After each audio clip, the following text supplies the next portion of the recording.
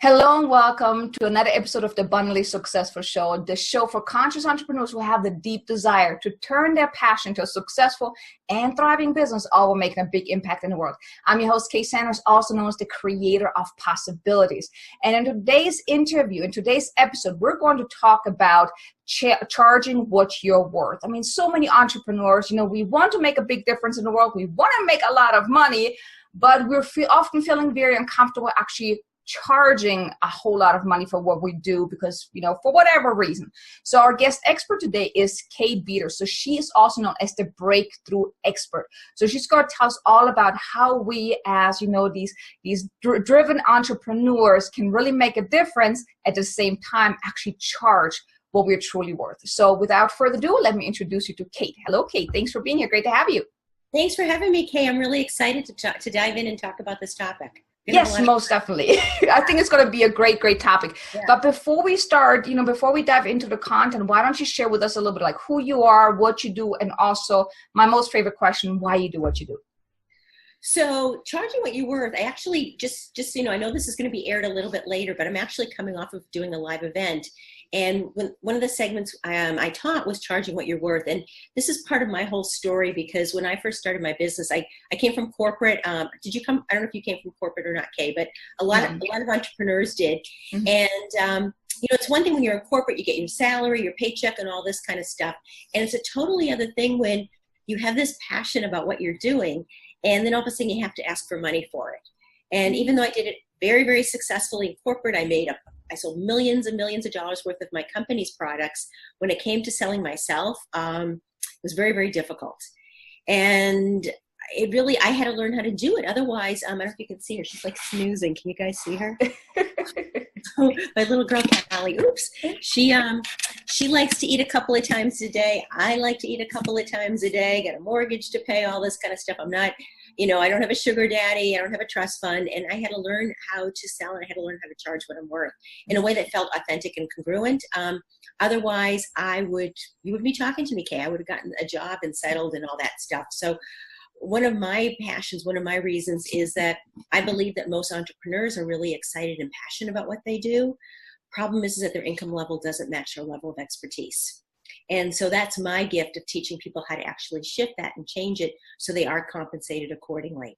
So that's kind of my story in a nutshell. And, I know you've got lots and lots of questions, so I want to hear them and share. And because I also want to kind of say to you, you were saying in the beginning that a lot of entrepreneurs want to make a lot of money. And I want to kind of share with you that, you mentioned a lot of your audience are healers and helpers and things like that. And no, I came from the tapping world. That's how I became an entrepreneur. I'm one of the top tappers. You guys know what tapping is? Yeah, EFT. I'm one of the top tappers. That's hard to say fast. I'm one of the top tappers in the world. I've been on the Tapping World Summit with 500,000 people listening to me, and at one time, which is huge. And I will share with you that most people who start their business based on some kind of healing modality or helping modality often find it really incongruent to make a lot of money. And so that's kind of sometimes where the problem even just begins, because it's like, I've got this amazing gift. Who am I to ask you to pay me a lot of money for it? So that's where partly where it all starts, Kay, is that, I've got this gift, whether it's tapping, whether it's NLP, whether it's Reiki, whether it's, there's a zillion energy, or different modalities out there, anything. And it's like, who am I to charge a lot of money when I'm here to help people? So that can become very incongruent, just like how therapists have a really hard time, social workers and all that, because I'm here to help people.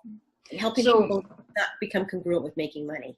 So why do you think is that though? Because I think money is like the most talked about topic because it is like so many, like you mentioned, so many people, they really struggle with that, like especially, and that's one of the things that I had realized as well, with like people that I talked to, they were doing the same thing for years in a job and I have no problem, getting clients and doing all these things. But then when it came to doing it on their own for their business, it was like, I'm not good enough. I can't do this. I can't charge. Why do you think is that it is so hard as entrepreneurs, especially us conscious ones, like in the spiritual world, why is it so hard for us to really ask for what we're worth and actually make a decent income with our business that actually sustains our lifestyle?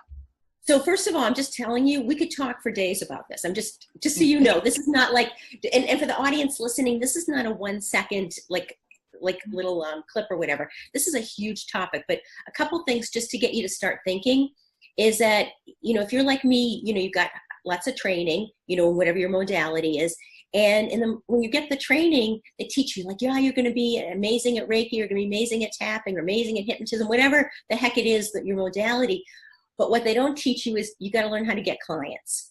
So for a lot of people, part of just the basic thing is understanding they're actually a business owner, as opposed to somebody who just has this gift or expertise. Because to be a successful business owner, which is something a lot of people who are healers and helpers, just even me saying that, it's going to make their head start spinning around like, I'm not a business owner, I'm a Reiki, or I'm a tapping, or I'm a whatever. But understand, if you are a business owner, if this is your own business, if you have a card and it's got your name or your website on, you are a business owner. So I know I'm already just having people go like, but which means you not only have to do, which is can be very complicated in the beginning unless you have a coach, is how do you both provide the service with one side of you, because you got to provide the service, your expertise.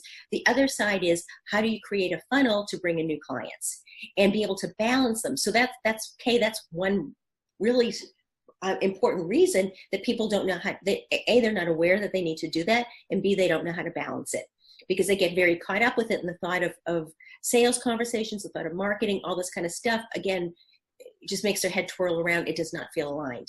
So that's one thing. The other is often too their whole money story, you know, of what they grew up. I find a lot of people who either work for nonprofits or are healers or therapists or things like that. That's how their whole upbringing is not about having a lot of abundance, and not that they're necessarily like they have to be in poverty, but just that they don't have good feelings about having a lot of money. It feels very like ew, and so if you feel something is like a bad thing, you're not going to want more of it. If you don't see being rich or wealthy or having a lot of abundance as something good that you can do something good with, you're going to hold and resist it. So you can see there's lots of different reasons, as well as your self-image. You know, if your self-image is somebody who's always kind of been a bit struggler, you know, for whatever reason, or always just kind of getting by, that even though you could be the best at whatever treatment or modality or expertise you have, but if you don't see yourself as somebody who could thrive, then you're always going to stay in that struggling mode. So those are all things I help my clients move through, because otherwise you stay exactly where you are. Yeah, you just mentioned one. It's a big topic. Yeah, no, totally. I mean, I think we can definitely talk about that a whole lot. You know, I mean, I know it is very important. Like you mentioned, one thing right now is like the self-worth, the self-value. So do you think like the amount of, money we charge for our services, for our products, actually reflects how much we value ourselves or how much we think we're worth?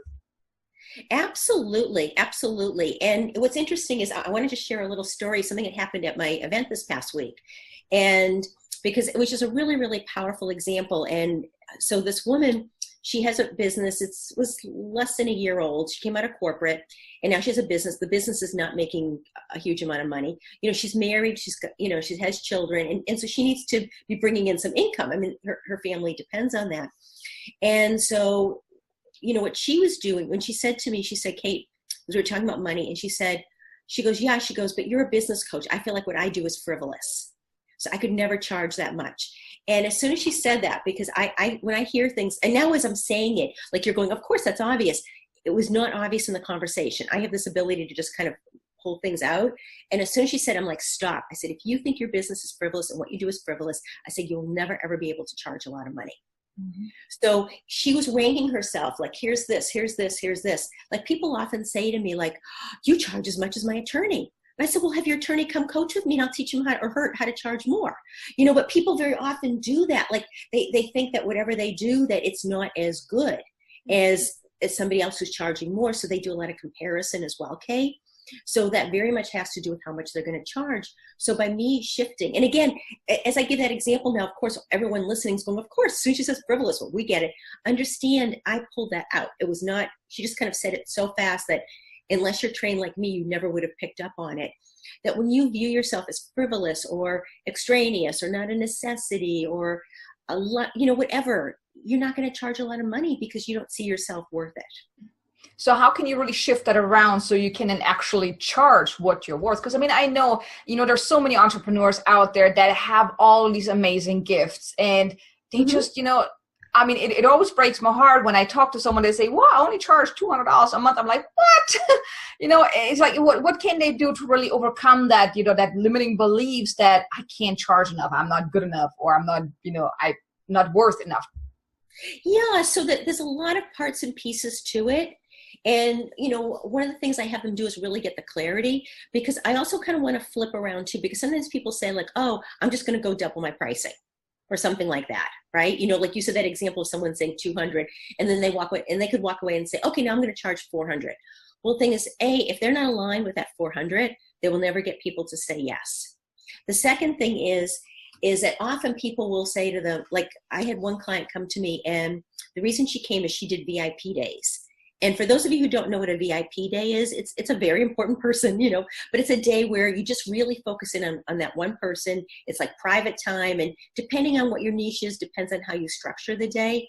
And she was charging, I don't know, maybe like $700 at the time, something like that.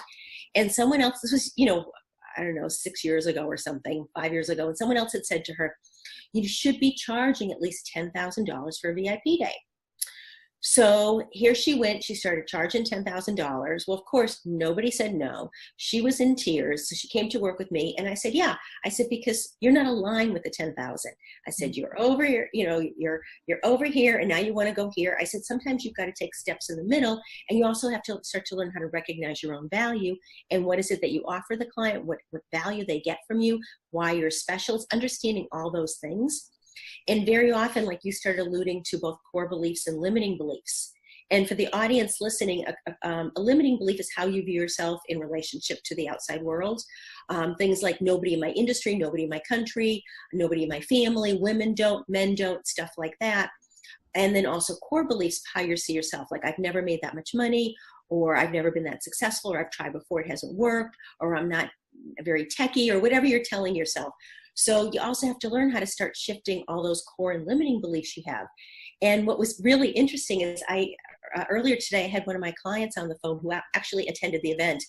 And she said, Kate, when I read your book, she said, I didn't think I had any limiting beliefs. She goes, I just skipped over that. She goes, when I went to your event and you started naming them, she said, and other people started giving examples, she goes, I realized I had this one, and I had this one, and I had this one. So understand, the reason I'm just spreading that out is understand we often don't know our own core beliefs and our own limiting. We might know some of the obvious ones, but like that expression, you can't see the tip of your own nose. You very often can't see all your beliefs because you believe them as if they were as true as if they were on the news. And so those are things that hold you back. Can I share something personal? Sure, yeah. This is actually about you, but I'm not going to share anything secretive or whatever. So Okay, so you can edit it out if you don't like it. So you were mentioning earlier, before we got on this call, you were walking me through the time and all that, and you said, it's your birthday, and I said, happy birthday, and you said, oh, no, that's bad luck to say it. So understand that we all hold all these superstitions that we're taught from our family, could be from our religion, could be from our community, and all these things also play a part into how much money, and how much success we can have without even realizing it, because we just take these things for granted. That's how we're brought up. Like when you said that to me, I'm like, really? Because I've never heard that before. But understand, when we're brought up with these things, we believe them to be so true. Like it is what it is. Like rich people are evil, and I would put my hand on a Bible and swear that, or whatever, or give me a lie detector test. So understand, when we believe this stuff, especially if we learn as little kids before our brain is fully formed, we believe it is the truth, and we would swear it up and down that this is the truth. Rich people are evil, or money doesn't grow in trees, or whatever the heck it is. And we don't even realize how many of these things we've been taught until someone all of a sudden says, really? And then all of a sudden we're like, oh, wait a minute, the whole world doesn't believe that. And then we realize maybe we're holding ourselves back that way. And I'm not saying these things are necessarily wrong or right, but I'm just saying these are just beliefs that we're taught. And the beauty of it is, Kay, is that as we get older, then we have the right to choose, are we going to keep accepting these beliefs like rich people are evil? Because as an adult now, we can say, wait a minute, what about Oprah? She's donating all this money, and she's building schools in Africa, and she donates money to this, and she donates money to that, and this one's doing this thing, and Mark Zuckerberg's doing that, and whatever you want to say, Warren Buffett's doing this. But as a little kid, you don't have the wherewithal in your brain to start pointing out all these examples. So the beauty of it is, when as ourselves, it's often hard to see all these things that are holding us back. Just, so I'm giving you guys kind of a longer answer, but just to understand, we don't see this stuff often ourselves. And I think we also not often open to it either. I mean, that's one of the things that, like one of my clients that I've been working with, it's like, whenever we talk about limiting beliefs, like, no, I don't have no limiting beliefs. It's like, I've seen so many people that really resist, like what you mentioned, that lady that read your book. Yeah. At that point, when she read your book, she resisted actually figuring out what's holding them back. Because I mean, once you know what's holding you back, then you're kind of like put at the crossroad. Now you have to make a choice. What direction are you going to go into? So I think that's another thing where a lot of people really keep themselves stuck is they're not open to actually seeing what's really true.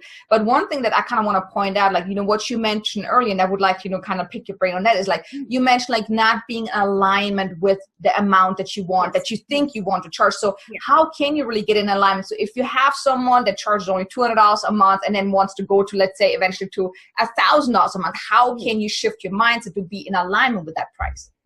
So the technique I use tapping. And like I said, that's my gift. I'm very good at it, and people get amazing results. So that's my technique. And I know there's lots of modalities out there, and so I highly recommend using a modality like that to help you shift from one place to the other. I also recommend working with an expert, whether it's me, whether it's you, whether it's somebody, because like you just said, we don't always see our own stuff. And very often we see the results, like, well, the results are, I haven't been able to cross over 6 figures. That might be a result that you see, or I'm never able to get more than 5 clients, or whatever. We see the results and go like, well, it must be my money story. But not till someone else starts to kind of pull apart what we're saying, what we're doing, how we're responding, does the light start opening up and the light bulbs start going off. But I use tapping. I use that with all my clients, and they're just like amazed, because I help them start becoming less fearful of it. And often what happens too is that, along with becoming aligned with money, I also teach them the whole sales conversation, like what to say, because if you're selling something at, let's say, $50 an hour, you're going to sell it very differently than when you're at 150, 200, 1,000, etc. Does that make sense, Kay? Mm-hmm. Yeah, totally. And so it's learning, how do you then have that conversation? And what happens very often is that if, let's say, somebody does get a no. So let's say I raised my pricing. I was at 75. Now I'm at 200. You say no. Well, of course, I'm crushed, right? You said no.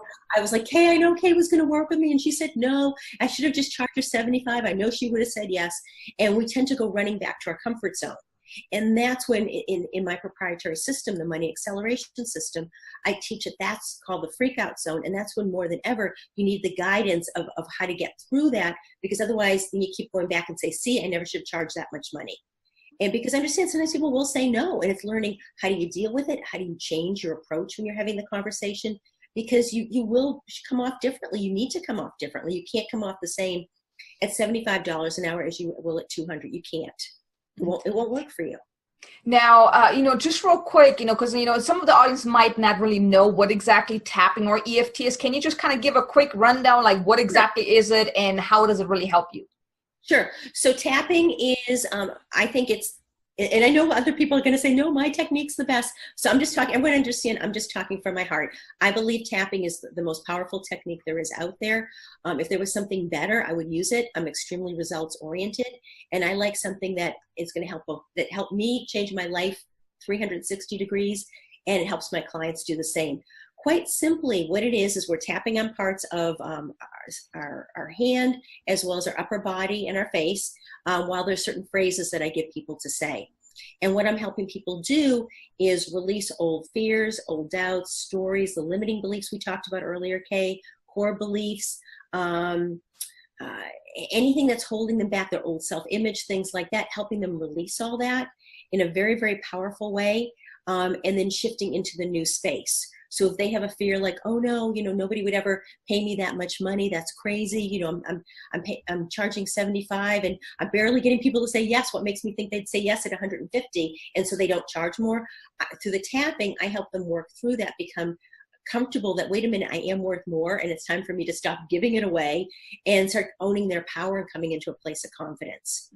And like I said, I think it's an amazing technique. I love the fact that it's a very gentle technique. It's not meant to be traumatic. Like years ago, if somebody had a fear of an elevator, they used to make them go up and down like 100 times, and they figured, okay, by the 99th, you'll be okay. Or you've got a fear of water, they throw you in the deep end. Tapping is meant to be a very, very gentle technique, but it's so powerful at the same time. So I use that, and now I'm also combining pulling in neuroscience as well. So I pull in neuroscience, laws of attraction, which I'm assuming your audience is familiar with laws of attraction, and then also tapping and whatever else I can pull in, including the kitchen sink that's going to help somebody. Because I'm more concerned with how do I help you get to that next place than it is about it has to be a certain way. And I just trust my intuition, and it's always right. Yeah, no, thanks for sharing it. I mean, I'm the same way. I like, whatever I learn, whatever I can bring to my clients, it's going to help me help them at a much deeper level. But now one thing I would like to kind of like touch on is like you mentioned, like, when you charge someone $75 an hour and then you want to go to, let's say, $250 an hour, I'm guessing you would also attract the different kind of clients at 250 than 75, right?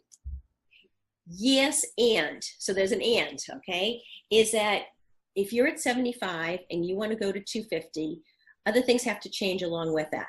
You have to make sure your marketing message reflects that, because at $75 an hour, you're more of a commodity.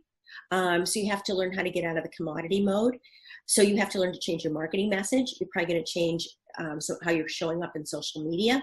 You're probably going to change that. You have to change that conversation you have with somebody, all those things. Now, I want to also preface, I'm not talking about going out and spending 3 months trying to figure out a brand new logo, because I feel that people often get caught up with the bright, shiny object stuff. Yeah, new logo is wonderful, but that's not what I'm talking about. And not even necessarily that you have to redo your whole website, but understand that you are showing up as more. And so everything around has to be aligned. It isn't just you align with your money, how you come across has to be that way. More likely if you're charging $50 or $75 an hour and someone says like, okay, I'm interested in working with you. How much is it to work with you? You might say, oh, it's $50 an hour. It's not a big thing. It's like, here it is. When you're getting into more money, you have to have a conversation with somebody.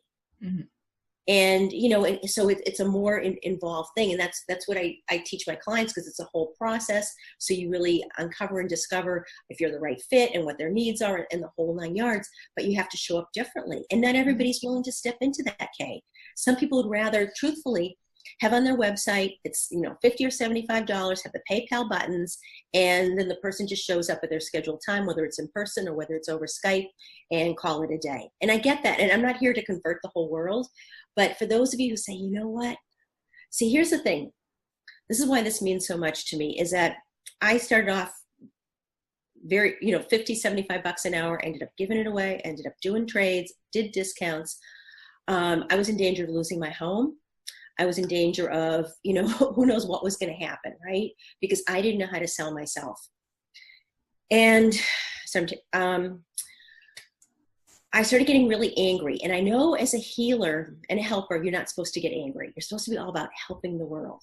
Okay? It's supposed to be about how can I help Kay do this, and how can I help Susie do this, and Joe do this. It's all about helping the world.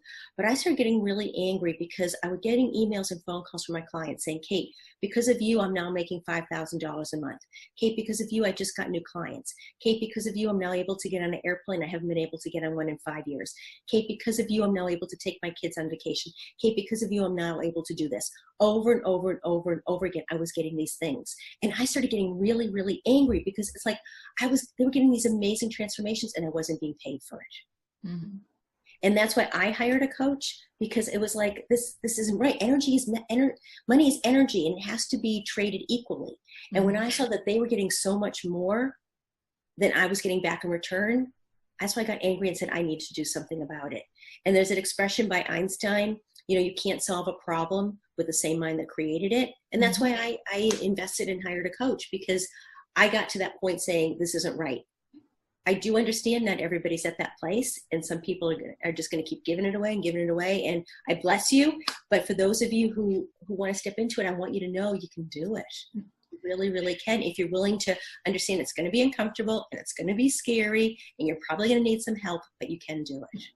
And one thing that I realized, like, because that's one of the things that I did when I first started coaching, I charged $50 per session. I'm like, or even like I did the whole bartering too. But one thing that I learned, especially in the, transformational, industry, if the other person doesn't have skin in the game, they're not going to do the work. So there was this one client that I worked with, and it was one of my first ones. I kept this person at a very low price, and then a year later we were keep going in circles because there was not enough skin in the game. But then now when I look at my clients who do spend $1,000 or $1,500 with me a month, well, guess what? They are doing the work because they have that skin in the game. So I do not believe in bartering. I mean, yes, I've done it at the beginning.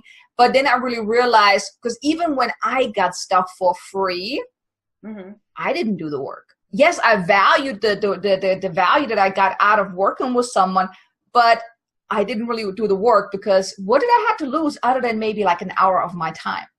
I mean, how do you feel about that when you give your stuff away for too little price, or even barter, or just give it away for free because you just want to do pro bono work, or you just want to be nice and help people? How does it actually help these people if you're not charging what you should be charging? Yeah, it really doesn't. And like I said, I did that in the beginning of my business, and I have not done it since. And it really amazes me because the circle I hang out with is a very high level circuit of entrepreneurs and coaches and all that. And it really surprises me, especially when I'm talking to a 7-figure coach and they want to barter to work with me. And of course I won't, because I don't let my clients do it. But yeah, I don't accept that anymore. And either people pay me what I charge, or it's not the right time, or I'm not the right person for them, or they're not the right person for me.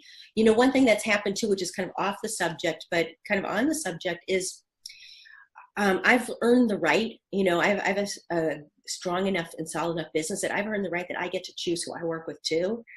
And in the beginning, you don't, right? In the beginning, it's all about, you want to get your gift out and you want to make money, because mostly it's a need, like I have to make money. And then when you get to that place where, if you are lucky like me to have a very profitable business, you get to pick and choose, who do I really want to work with? So it becomes less about the numbers and more about, who do I really, really feel I can help, and let the other ones go and just bless them, give them to the universe, and let them go. Because, in the beginning, you think you have to pull everybody in, and it's like, no, you don't anymore. Mm-hmm. I the first person I actually turned down, it actually felt good, because I was like, I really don't want to work with this person. And, that's one of the things I teach my clients too. Yes, even though at the beginning you do need the money, but then you also want to think about, well, can you really see yourself working with this person for, let's say, 3, 4, 5, 6 months, or, a year at a time? Because, if that person is not the right fit for you, then you're going to be the one working more than they do. And it's going to be a very unsatisfying relationship, and you're not going to be able to get them the results that you could give someone else that is a better fit. So I always tell my clients, like, it is okay to say no or send them to someone else, because you can't help everyone anyways. Absolutely. But now one thing, I kind of would like to talk about, like, how can someone that's, basically like still in the beginning stages, how can they really work up to the level to actually charge more for what they're worth? Because I know at the beginning stage, like, at least for me, it was also like, I didn't think I was really good enough. Like, who am I to charge for what I do? So do you have some tips around that? Like, how can someone that's still in the beginning stages, who hasn't really had a whole lot of success, or maybe not even any clients yet, how can they really set their prices that really reflects, their own worth, so they feel good about that as well? So in the beginning, I think you often are selling it for lower than what you're worth. But I think you have to, because you have to build up your confidence. You have to get good at what you're doing. You can't just walk off of saying, hey, I just spent $1,000 or $5,000 or $10,000 worth of training, I'm going to charge $1 million. I mean, if you're an attorney, maybe, but even an attorney might only charge $150 an hour, right, when they first get out of grad school or law school, whatever. So in the beginning, I wouldn't really, honestly, Kay, expect someone to be doing that, not until they start having clients. And once they start feeling like how I started getting angry, their emotion may not be anger, their emotion might be something else. But when they start feeling it's time, when they start asking the questions, then it's time. Mm-hmm. But I think in the beginning, you really are going to be doing a lot of trades and giving away. I think that's part of the whole practice thing. The thing is that you don't want it lasting too long, just because unless you're independently wealthy, at some point, you know, you do, even just from a reality standpoint, you do need to be bringing in income. Yeah, I mean, one of my early coaches, one of my early mentors told me, like, if you don't make money with your business, you don't have a business. You have a hobby, a very expensive hobby, because you have the expenses. Yes and no. But so the IRS says, what is it, after 3 years or 4 years, if you're not making money, then it's a hobby. Mm-hmm. But the first year, honestly, you're probably not making a whole lot of money, because typically the first year you've got, your expenses are so much higher. You know, if you're, for example, because I've got clients both brick and mortar as well as coaches and all that stuff. So if you're a brick and mortar, all your money comes out up front. You know, you're doing the lease maybe for a couple of years in advance. You got to buy the equipment, you got to buy the supplies, you got to hire people, you know, the cash registers, all these physical things, you know, the renovations, all that kind of stuff you pay for in the beginning, and you probably get a business loan, you know, or something like that. That's if you've got a brick and mortar. If you're a coach or something, or a healer or helper or photographer, anything at all like that, videographer, web designer, all you need to do is go to Staples or Vistaprint or one of those places, spend $10 and get some business cards made. And what people then don't realize is that, yeah, that's all you need to technically start, but understanding you are going to have expenses. You know, you're going to need to put a website up. You don't need the most expensive website, but you do need something online. You're probably going to need to have some form of email system. You're probably going to have to go to networking events. You're going to want a coach if you want to move your business forward. So people don't realize that they are going to have a lot of expenses the first couple of years, and they really will be kind of upside down in some ways as they're building their business.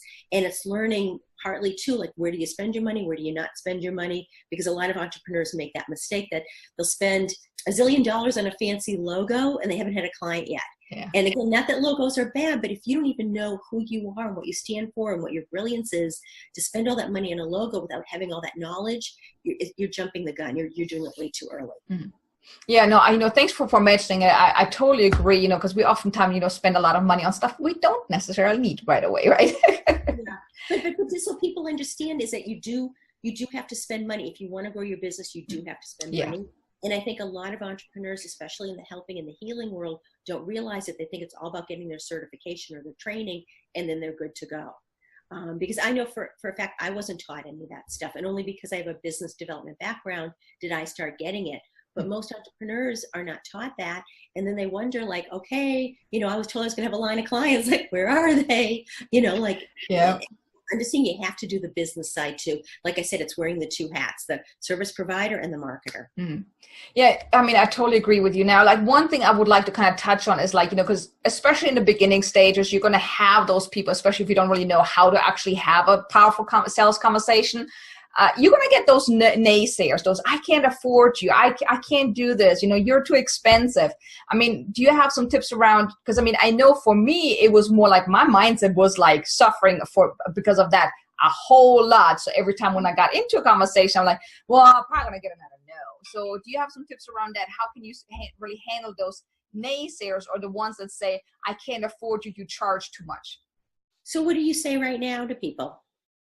Well, I stick to my pricing, because I do know my value, but in the initial times I was like, okay. I even thought about, if you sign up with me right now, I give you a discount, So that's the kind of things that I did, trying to convince them that they need to sign up with me because I needed a client. Now I don't do that no more, but it's been like, I've been in business for a few years now, but I know, a lot of people, they take it personal. And that's one thing that I had to learn as well, like, not to take it personal, because not everyone is a good fit for you. Not everyone is at a place right now to actually work with you, or they're just simply not ready to change right now. But early on, I was like, oh, they don't want me. Oh my God, they don't like me. So I was really upset about that. And that's some of it, because certainly, any of us will talk to people who aren't quite ready, and that's okay. Again, you just want to bless them, give them to the universe and all that kind of stuff. They may not be your person, or maybe not right now, but there's a whole process. And I know we don't have time because our interview is almost over to get into the whole thing, but there is a whole process. So you're already kind of having this conversation with somebody, because money is always going to be the biggest objection, but money is not necessarily going to be a stopping point. And so when you're able to kind of separate, and this is a whole bigger topic, we don't have time to get into it today, but when you're able to separate out the money and not take it personally and not get caught up in the person's story, then often you're able to guide that person to get a yes. And not by bullying them. I don't believe in bullying, but just being able to separate all that out, Kay, and be able to help that person through it and then help them make the best decision for themselves. Mm-hmm. Mm-hmm. So it's understanding which of it is, because 9 times out of 10, you probably will get the money objection. So it's how to kind of separate that out. And like I said, not take it personally, and then just be able to not get caught up in their story and help them through it. Mm-hmm. Yeah, no, I like that. Now, as we are coming to the end of our interview, I mean, do you have some, valuable action step that, the listeners can take right now that will help them either set their pricing if they don't have their set pricing set yet, or at least, raise their prices to really then start charging more what they're worth? So I'm going to actually pull it back a step. And so, hopefully you're all listening to this topic because it's something you want to do. And what I always tell my clients, like when somebody's coming to work with me and they say, I want to make more money, I always want to know why. So I'm going to give everybody who's listening, and if you're like, yep, I'm ready, it's time, I want to know how to do it, write why, whether you journal it, whether it's a paragraph, whether it's 5 pages long, but why? Because when someone says, I want to make more money, I'll be like, why? Like a penny more? Or are you talking about like $1 million more? Like how, so why do you want to make more money? What are you going to do with that money? How do you want to make that money? Start getting really, really clear on it, because that's really the first step. And I don't believe in skipping steps. I'm very good at creating systems. That's my business background. And I always say start at the beginning. So really get in touch with why. Why do you want to charge what you're worth? Why is that so important? Why now? Mm-hmm. Okay. And then after that, then how do they really choose the pricing? So that's another question. How do they choose the pricing? So look at where they are right now. And, something I do with my clients very often is I just kind of start mentioning numbers to them and see how that feels, and see when they start feeling uncomfortable in their body. That's a great tip. Yeah, so if they're doing it on their own, like what can they do? Just kind of like then tune in, like ask the number or look at the number and tune in, or how can they do that? They could absolutely do that. I was gonna say all my clients tend to do it on their own, but just a number that feels good, that you feel, and sometimes I even tell people push it a little bit more. So if maybe if you're at $50 an hour and you say, okay, 75, yep, that seems pretty good. 100, yep, I'm still good. 125, my stomach starts getting a little bit tight here. So maybe I'd have you go between 100 and 125. So not where it feels so good still, but maybe just a little bit, just to kind of push a little bit and start getting used to going a little bit higher. Because it is, every time you mention the number, that's another thing I teach too, is that when people say their number and they'll go, it's $400, the voice gets really high, or else they say it really, really fast, you can barely hear them. It's being able to be, to be able to talk about your number. So make it so it's comfortable, maybe just a teeny bit out of your comfort zone, and start there. Mm-hmm. The beautiful thing about being an entrepreneur, Kay, is that someone can give themselves a raise today, they can give themselves a raise tomorrow. Okay, that was actually my next question I was going to ask you. I mean, do you have, because I've seen people talk about, well, I just raised my prices, and then, every 6 months I raise my prices. I mean, what do you think about that? At what point should you raise your prices? How often should you raise your prices? And then should you eventually cut it off? Whenever. Okay, so basically whenever it feels good. Whenever it feels good. I don't believe in doing it just to do it, but if you feel like, wait a minute, I'm worth more. I have one of my clients, when she first started working with me, we figured out she was making something like $15 to $20 an hour. And that's because technically she wasn't charging that. She was charging a bit more, but that was all the time to put together things, the after the working with the client, all that stuff, the prep work, the after prep and all that. And, she'd been in business 5 years. It was time to change. And now she's at the place a couple of years later that she basically has hit her income goal the beginning of June. Okay. And her income goal is multi 6 figures. So just to let everybody know. So, she's probably going to leave it where it is, but she's just going to call her year because she wants to spend time with her family. So it's really understanding again, why do you want to do this? That goes back to my question you asked me a few minutes ago, because that'll help you too. Maybe you just leave it at a certain point and say, I'm done, door's closed, and understanding what is really important. Why is this money too important to you? What are you doing with it? Do you want to start a nonprofit? Do you want to hire a team? Do you want to just stick it in the bank for retirement? What are you doing with all this money? Mm-hmm.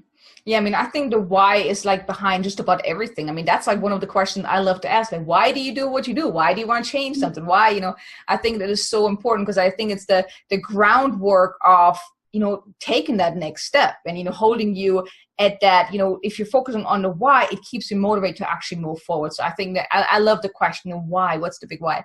Mm-hmm. So Kate, I think we, covered a lot of great content today. If anyone would like to reach out to you, if anyone would like to find out more about you, how can they find you? Where can they find you? Sure. So you can go to my website. That's katefeeders.com. You can email my team, info@katefeeders.com. And I know for your listeners, I have a special gift. If you want to start getting a little bit more clarity about your money story, you can go to tinyurl.com/money story quiz. And it's something that'll take you like 3 minutes to do, but start giving you an indication of maybe what's holding you back in your money story as a way to go forward. Okay, well, thanks. And the link will be with the show notes as well. So, just make sure you go to abundantly-successful.com. All the show notes will be there. Now, in closing, do you have any last words of advice, any last thoughts you would like to leave us with? Yeah, just be open to, what I always tell my clients is that you're either growing or you're dying. So understand that. I know when I first started my business, I was like, oh, I just want, to have 20, 30 clients a week and just tap, tap, tap away, and you change, you grow. And, I have a lot of clients like that they've wanted a lot and now they want group work or whatever, or depending on their business.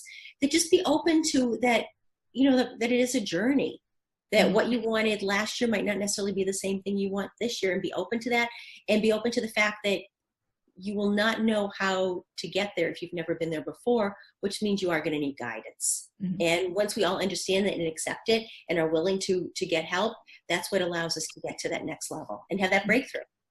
Yeah, I love it. Thanks so much for sharing it. Also, Kate, thanks so much for, taking time out of your busy day to be here with me and with the audience to share all the great content. I definitely, love what we talked about, and I'm pretty sure, the audience definitely got a lot out of this too. So thank you so much for being here with me and with the audience. You're very welcome. Thank you for having me. And I also want to thank you guys again, for being here, for, listening in. I really hope you took some notes today and, got some value out of, thinking about your own pricing. You're here to make a big difference, but, don't think that just because you're a healer, you're here to help people, you're a conscious entrepreneur or, a light worker, that you don't deserve to actually get compensated for what you do, because you will actually do a hugely disservice to your audience, to your ideal clients, if you don't charge enough. And we talked about that earlier. So, get out there, shine your light, ask for what you're worth. You definitely deserve it. So, thank you for tuning in. Make sure you go to abundantly-successful.com to look at the show notes, to get to the links, to, listen to all the previous episodes, and I'm looking forward to seeing you again in the next episode. Also, if you have any questions, leave it down below in the comment box. And, I'm looking forward to seeing you again in the next episode. And I hope you have an abundantly and successful, amazingly day.